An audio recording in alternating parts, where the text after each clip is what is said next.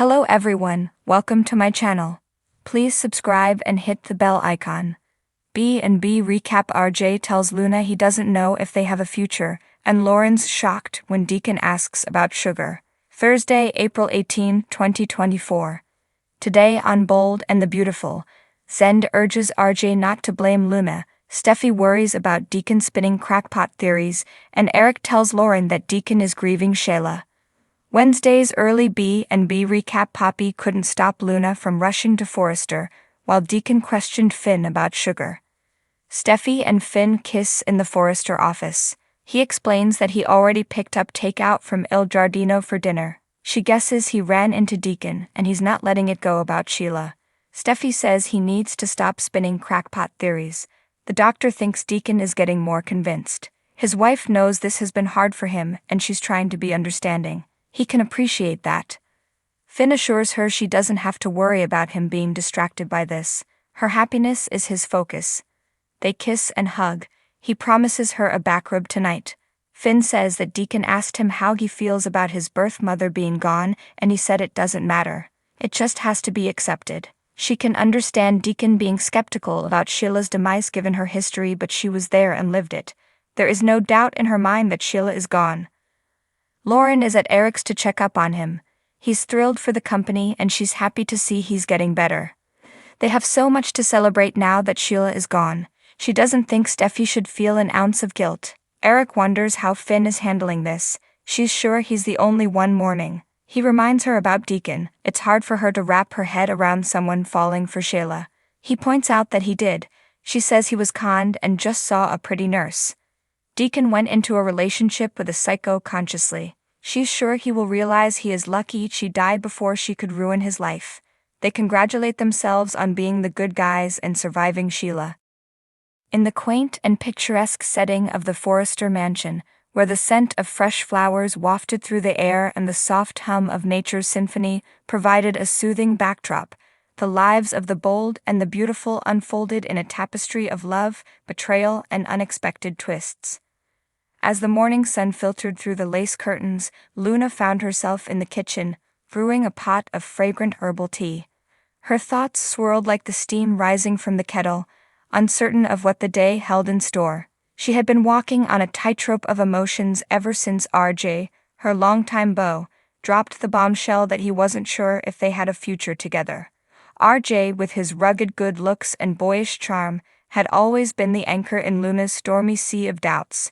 But now, his words echoed in her mind like a haunting melody, leaving her heart heavy with uncertainty. As Luna poured the steaming tea into delicate china cups, she heard the sound of footsteps approaching. Turning around, she found RJ standing in the doorway, his expression troubled and distant. "Luna," he began, his voice tinged with hesitation, "we need to talk." Her heart skipped a beat at the seriousness in his tone. Setting down the teapot, Luna braced herself for what was to come. "I can't shake this feeling," RJ confessed, his eyes searching hers for understanding. "I don't know if we have a future together." The words hung in the air like a heavy fog, suffocating Luna with their weight. She felt as though the ground had been ripped from beneath her feet, leaving her adrift in a sea of uncertainty. "Why?" she whispered, the pain evident in her voice. RJ sighed, running a hand through his tousled hair. "I love you, Luna. But lately I've been questioning everything. Our goals, our dreams. I don't know if they align anymore." Tears welled up in Luna's eyes as she struggled to make sense of RJ's confession. She had always believed that their love was unbreakable, a bond forged in the fires of passion and devotion. But now, faced with the harsh reality of uncertainty, she felt lost and alone. "Give me some time," RJ pleaded, reaching out to gently caress her cheek. "I need to figure things out." With a heavy heart, Luna nodded, unable to find the words to express the pain that consumed her soul. As RJ turned and walked away, she felt as though a piece of herself had been torn away, leaving behind nothing but emptiness and sorrow. Meanwhile, across town, in a cozy little cafe nestled in the heart of Los Angeles, Lauren sat sipping her latte, lost in thought. She had been preoccupied all morning, unable to shake the feeling that something was amiss. Just as she was about to take another sip of her drink, she felt a presence looming over her shoulder. Turning around, she found Deacon, her ex-husband and the father of her son, standing there with a curious expression on his ruggedly handsome face. "Mind if I join you?"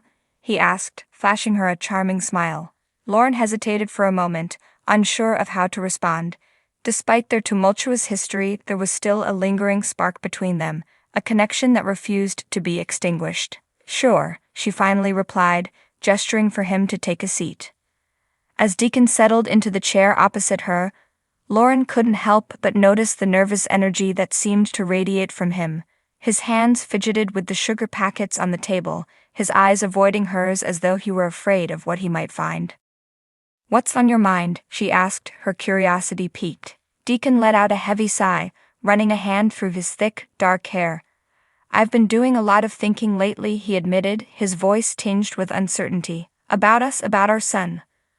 Lauren's heart skipped a beat at the mention of their son, a constant reminder of the love they had once shared. Despite the pain of their past, she couldn't help but feel a flicker of hope stirring within her. "I know I've made mistakes," Deacon continued, his gaze meeting hers for the first time. "But I want to make things right, for our son and for us." Tears welled up in Lauren's eyes as she listened to Deacon's heartfelt words. For so long, she had yearned for a chance to reconcile the broken pieces of their family, to find solace in the arms of the man she had once loved so fiercely. "I don't know what to say," she whispered, her voice choked with emotion. Deacon reached across the table, taking her hand in his. "Say you'll give me a chance," he pleaded, his eyes brimming with sincerity. "To make things right, to be the man you deserve." In that moment, as the world faded away around them, Lauren knew that she had a choice to make. She could cling to the pain of their past, allowing it to consume her with bitterness and regret, or she could embrace the possibility of a future filled with love, forgiveness, and second chances. With a trembling smile, she squeezed Deacon's hand, her heart overflowing with hope. "Yes," she whispered, her voice barely audible above the pounding of her own heart. "Yes, I'll give you a chance." And as they sat there, lost in each other's eyes, surrounded by the gentle hum of the cafe and the promise of a new beginning, Lauren knew that no matter what lay ahead, they would face it together, hand in hand, until the end of time. The Bold and the Beautiful spoilers. Thursday, April 18. Everyone thinks Deacon has lost it. The Bold and the Beautiful spoilers for Thursday, April 18, 2024, revealed Deacon trying to prove he is not nuts. John Finn Finnegan, Tanner Novlan, wants to put all his troubles behind him, but Deacon Sharp, Sean Cannon, won't let him.